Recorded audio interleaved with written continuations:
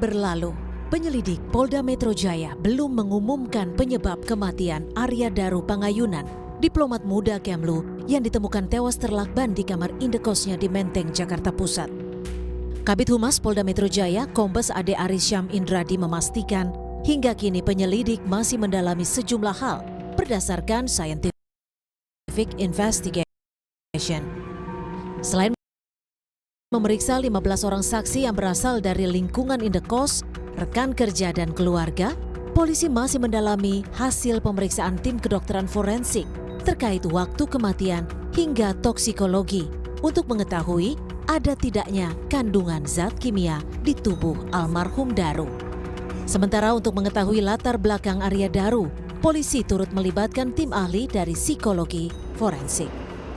Tim penyelidik telah melakukan klarifikasi pengambilan keterangan dalam tahap penyelidikan setidaknya ada 15 orang. Juga melakukan pendalaman terhadap latar belakang korban, yaitu dengan melakukan dan melibatkan tim ahli dari psikologi forensik. Ini juga kami lakukan ya untuk mengumpulkan peristiwa ini secara utuh. Ya, tim Apsifor ini punya metode pemeriksaan sendiri untuk melakukan penggalian terhadap latar belakang korban. Arya Daru Pangayunan merupakan diplomat muda yang pernah ditugaskan di sejumlah negara termasuk Myanmar.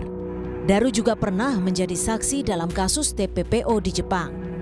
Salah satu penjaga toko yang kerap bertemu dengan almarhum, Daru diketahui sebagai pribadi yang pendiam dan perfeksionis. Beliau sosok yang sangat pendiam, jadi saya lumayan lama kenal sama dia, sekitar hampir ada kayaknya 2 tahun deh di sini deh.